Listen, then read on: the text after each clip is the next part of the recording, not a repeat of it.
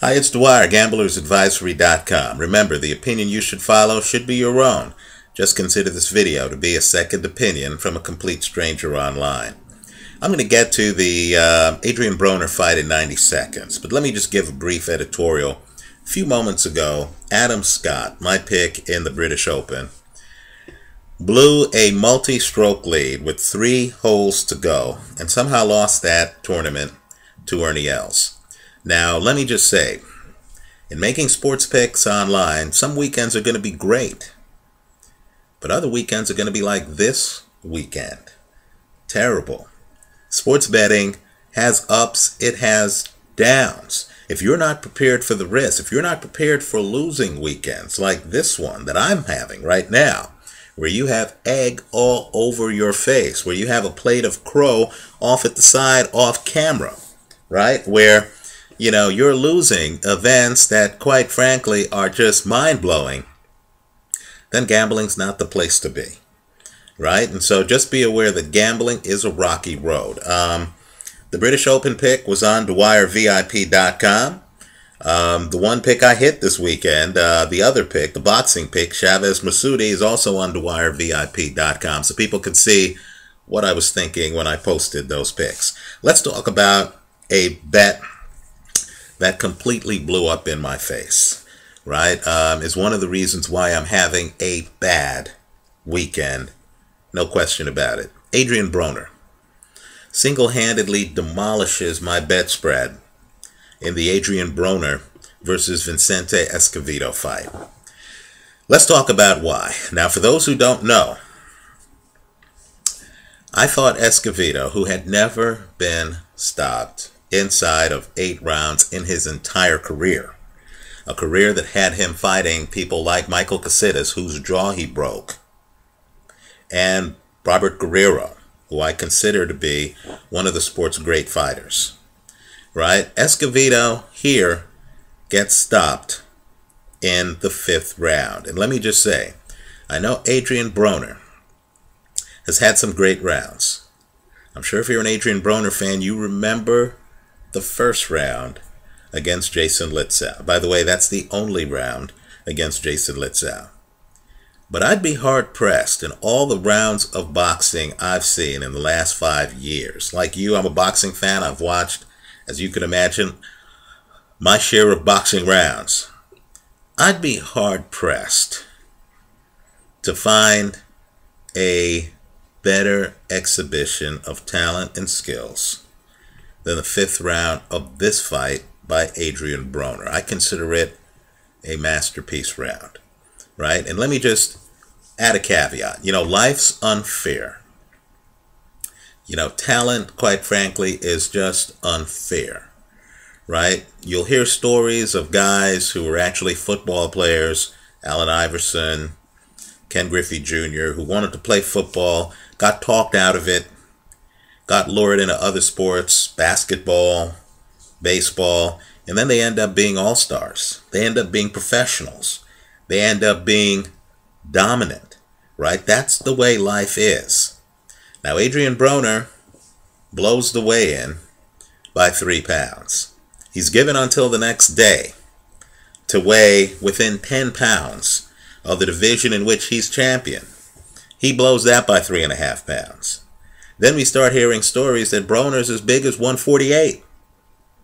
Vicente Escobedo still agrees to go forward with the fight after getting paid some money, and the viewers are right here. I was wrong, right? Escobedo apparently originally was to get $150,000, right? Viewers, you were right on that. Well, Escobedo gets extra money on top of that. How much is open to debate. He goes forward with the fight, and even when HBO weighs Broner, Broner weighs 147 pounds, 17 pounds over his 130-pound weight division for which this fight's contracted, right? So you're 5 pounds more than Vicente Escobedo. And keep in mind, Escobedo used to fight in the 135-pound weight class, right? So Adrien Broner obviously is a guy whose ability to make weight, things that the committed the Bernard Hopkinses of the world, right, would not have problems with, Adrien Broner's having problems with, right? So Adrien Broner might not be as dedicated to the sport as someone with less talent. But make no mistake, the talent level here is so off the page that, all that can be said is, wow. I lost this bet simply because Adrien Broner is better than I thought he was. Let me go one step further. Right, and I had already had Broner on my Dwyer Top 10 Boxing.blogspot.com page. But let me go one step further. Another reason I lost this bet is because an excellent trainer, Joel Diaz, he's the trainer of Timothy Bradley, I thought called a poor fight, and I thought Vicente Escobedo had a poor strategy. Let's talk about all of that. Now, Adrien Broner's defensive style. He is a great fighter defensively. Not a good fighter. He's a great fighter defensively. I believe he does have holes in his game, but his defense is top notch. I would say that defensively, he is really there with Floyd Mayweather. Right? Now, you can't learn Broner's defense if you're already a professional fighter, because Broner's defense takes temperament.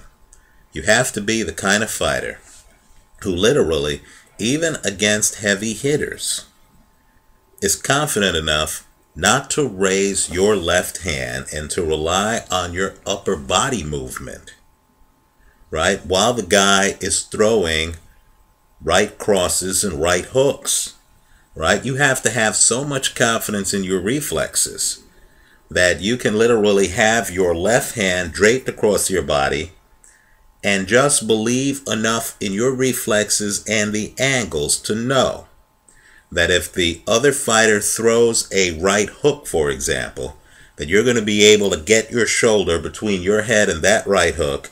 You're going to be able to hide your chin behind your shoulder. You're going to be able to roll away from the punch so that the punch doesn't hit you, and you have the angles figured out. So you can kind of like, bend down and have the top of your head almost lateral with your shoulder. If you don't have that temperament, if you panic, if you enter the ring and some guy starts throwing right hooks and right crosses at you, and you then, just lose faith in the Philly shell and you start raising your hands and committing to blocking the punch and stuff like that, you can't pull off what Adrien Broner's pulling off. Let me go further. At the highest levels, what I believe the Sergio Martinez's, the Floyd Mayweathers, the Andre Wards, the Chad Dawsons think about at the highest levels are angles. There are very few guys in the sport, in my opinion, who are masters at playing the angles, right? Adrien Broner is a master at playing the angles. In other words, Broner literally is confident enough where even when his opponent is throwing left hands, Broner knows exactly how far away he is from his opponent, and he can lean and know with confidence that that left hand is not going to hit him anywhere that's going to hurt him. More importantly, Broner is so aware of the angles that if you throw that left hand from the wrong angle, where Broner knows you can't hurt him, before your left hand even reaches Broner, Broner is countering you with a straight right hand, right? Also, great body punchers, they'll know when they could go to the body, because understand, it's like if they don't have the timing down, right, then as they lean to go to the body, if I'm throwing a left hand to your body like Broner likes to do, that leaves the top part of my body naked, right? Someone can time me and go up top if I don't time when to throw that body punch, right? Take a look, by the way, it's a famous moment. Razor Ruddock against Lennox Lewis, you're going to see the knockout in that fight happens when Ruddock throws a body punch and Lewis is waiting for him to do so. Obviously, he had thought about it on tape. He waits for him to throw a body punch, so as Ruddock is throwing the body punch, Lewis comes over the top and hits Ruddock in the head. You're going to see Broner has Escobedo, a veteran fighter, right? A guy who's gone 24 rounds with Guerrero and Casitas, right? An Olympian. He has Escobedo timed to the point where he's able to just come in and throw left hooks to Escobedo's body, right? And Escobedo cannot come up top and hit Broner in the head. Not only that, Broner knows how to throw the left hook while leaning away, so his head is always hidden, right? Let me also say this too. To fight like Adrien Broner, with all the leans, he's not only doing a shoulder roll with his left shoulder. Understand, he's leaning also from right to left at times to deal with right hands, right? He's not doing what trainers like Emmanuel Stewart want you to do, which is to step back. And so you're able to kind of like throw punches. In other words, the other person throws, you step back, let the punches fall short, then you step back in with your punches.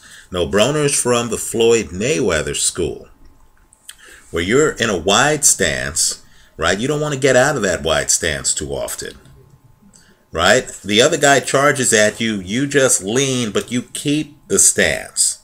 And as the guy throws, you're able to lean and roll with punches. Well, to be able to do that, in addition to having the temperament, the understanding, the reflexes, right, you need the balance. Right? You cannot be a fighter who can't lean while in a wide stance. Think about that. And keep in mind, you're blocking punches. You need to be able to lean while blocking punches, while throwing punches, without losing your balance. You can't be a stumbler and pull off what Adrien Broner pulls off. Now, I'll just say, in the 5th round, what makes it so dramatic is Broner says to his corner before the round, I'm going to start walking him down. Then Broner starts walking forward behind a jab. The jab is beautiful. This isn't a Devin Alexander quick jab with a lot of yelling behind it just to get distance. Broner's actually trying to bust up his opponent with the jab. Right? This is a Monzon, Larry Holmes jab. If Broner, with his defensive skills, only had that jab, he'd be a very good fighter. But Broner also has a straight right hand behind the jab. He has a great left hook. His left hook is really his best punch. He can throw it up top or he can throw it to the body, just like Floyd Mayweather. Right? But when you add that with the jab, and Broner's ability to cut off the ring, what you have is one of the best rounds of the last 5 years. I encourage everyone to look at the 5th round of this fight. It's a masterpiece. He doesn't hit Escobedo with any one punch that turns the round. Now, this is a structural, methodical domination. His accuracy is stunning, especially with the jab. He throws and lands a lot of jabs. Count the missed jabs, right? As he comes forward, he cuts off the ring. Look at how Escobedo's back ultimately ends up on the ropes, right? He's accurate. He's hitting Escobedo right up the middle. He shortens his left hook. Escobedo has no place to go. The demolition is so thorough that Escobedo's corner, right? This is the same corner that let Timothy Bradley go 12 rounds with Manny Pacquiao, even with a sprained ankle and leg problems. Right here, Joel Diaz sensed that his fighter is overmatched and literally is waving the towel with something like 30 seconds left in the round. Right? In a round where his fighter has never hit the canvas. And let me just say, Escobedo, who waited his entire career for this title shot, does not complain when the fight is stopped because he understands that he was target practice for a skilled technician who cracked his code and who's hitting him with the kitchen sink, right? Broner on his back foot is dangerous. Broner on his front foot is one of the very best in the sport. Now let me talk about what Escobedo didn't do right. Joel Diaz tells Escobedo, you need to work his body in the early rounds. Do you really? Let me just say, you know Broner has never gone 12 rounds. Never. Right? You know Broner has had a problem making weight. You know Broner fights out of a wide stance and loves to just stay there in the wide stance and has supreme boxing ability. Why would you want to attack a bigger man early? A guy with fast hands who loves to be attacked. A guy who, quite frankly, is as comfortable up on the ropes as he is in the middle of the ring. Why would you want to attack that guy? Isn't that what Adrien Broner wants? If Adrien Broner is fat and out of shape, can't even make weight, is 17 pounds above 130 when HBO weighs him, right? If Adrien Broner is not in the best of shape, don't you want him moving around the ring? Why would I charge the big man? Why would I try to attack the body early when I know Adrien Broner is a guy who lays traps and throws counters? Escobedo fights entirely the wrong fight. He should have been on his back foot. As it was, on his front foot, he's losing most of the rounds. On his back foot, at least he would have forced Broner to move around the ring. Force a counter puncher to move and throw punches before the counter puncher has cracked your code. You need to hide the angles of your punches early, right? This is like poker. You can't tip your hand. Because if you come in and you empty the sink early and you show him, you know, all the punches you're going to throw and your reactions to them and stuff, a guy like Broner, who has a computer for a brain, is going to be strategically figuring out all the angles. Once he does that, then he's going to come forward with a knowledge base. You want Broner coming forward without the knowledge base. Think Sergio Martinez. You know how Martinez early in fights, he's bent over, he's hiding what he's doing, he's hiding his angles, he's outside, he's forcing you to come find him. The group in boxing that doesn't want to come find you are these counter punchers because they're hoping to read you for the first 3 rounds so they can then crack your code and know all the angles. Right? That's why guys like Floyd Mayweather always give away the early part of the fight. Right? By the 4th round, Mayweather has figured you out. He knows what to do. So what Escobedo should have done is said, you know what? I'm going to make this go several rounds. Let's find out if Broner can handle this weight. Let's find out if Broner can handle the later rounds. Keep in mind, when Broner went 10 against Ponce de Leon, Ponce de Leon threw more than 200 more punches than Broner. Broner's low volume as it is. Force him to come forward. Force him to try to find you. Hide what you're doing early. Hide your cards. Then as Broner starts to huff and puff, then you come in. Then you start showing what you can do. Right? If you're in the ring with a safe cracker, you can't show him your combination early. Now, the best part of this fight's actually the announcing in the 3rd round. They're talking about Broner's defensive shell with the master, Roy Jones. And Roy Jones calmly says on the HBO telecast that he believes Broner's defense, that type of defense, the Floyd Mayweather defense, has defects. When they press Jones about it, Roy Jones quietly says that he's been fighting against that defense his entire career, but then doesn't want to specify what the defects are. We know what the defects are. Think what Roy Jones does. Roy Jones is outside. He's an ambush fighter. This is what ambush fighters do. They're outside. They force you to move toward them. Then, of course, they jump in and they're throwing power shots. Then they get back outside. Right? They're hiding their cards. They're forcing the counterpuncher to actually be the aggressive in the fight.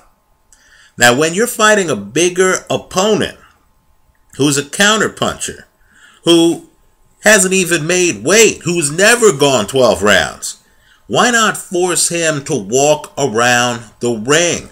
Why not force him to take the lead?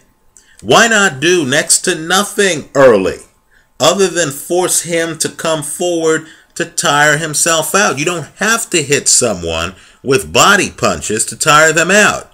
If Adrien Broner feels comfortable with a wide foot base, why not force him to move his feet? You don't do that by coming after him, trying to take the fight to him. That's what the Floyd Mayweathers and Broners want. You bum rush them. They're just making a mental note. Okay, when he throws the left hook, in fact, better yet, when he throws the right hook, I can block that right hook by just moving my head and having my shoulder like this. So as he throws that punch, I can counter him. As he throws that punch, I can go to the body because I have that punch defensed. Right? If he comes in with the right hand, I can dodge that by just parrying the blow with my hand and then come back with the other hand.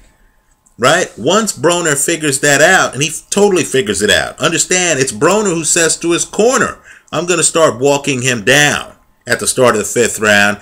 Then he lays out a masterpiece that he couldn't do in the 1st round because in the 1st round he didn't know who Vicente Escobedo was. He hadn't seen the angles firsthand. Anyway, Broner blew up my bet spread. He is an excellent fighter. My advice to Broner is, look, you're an elite fighter right now. Tomorrow is not promised to anyone. Don't assume that you're going to be able to fight until your late 30s or even your 30s. Right? If you're a great fighter today, push yourself today. Right? Forget 135 since you weighed 147 entering the ring here. Jump to at least 140. Come in at the top floor. Fight champions like Danny Garcia. If you really want to get bold, fight Yorkis Gamboa. Give us something to remember. Right? Promoters may not have the same interests you do because promoters might want as many paydays with you as a fighter earning less than superstar wages as they can get. Right? You want top dollar. Let me say this too. Floyd Mayweather, as I said before, he's 35. He's leaving jail. Do you really think Floyd Mayweather is going to be at the top of his game right now? Why not stalk Floyd? Why not show up to Floyd Mayweather interviews and appearances and say, Floyd, when are we going to fight? Why not put it out there and let the public decide if there's enough interest for that fight? I'll tell you what, if Broner fights Mayweather, there's only one thing I can guarantee you, and that's it's going to be a great fight. You're going to see skill level off the page defensively. Both of these guys are really among the very best defensively in the sport. What I don't want to see is more of this. Broner blowing weight, fights canceled, fights back on. We're hearing excuses. There are tweets of Twinkies, all this other stuff. Come on. Come on. This is boxing. For the diehards, give us something to chew on. Let me know what you think. Leave your comments for me here online. Visit us at gamblersadvisory.com. Thanks for watching.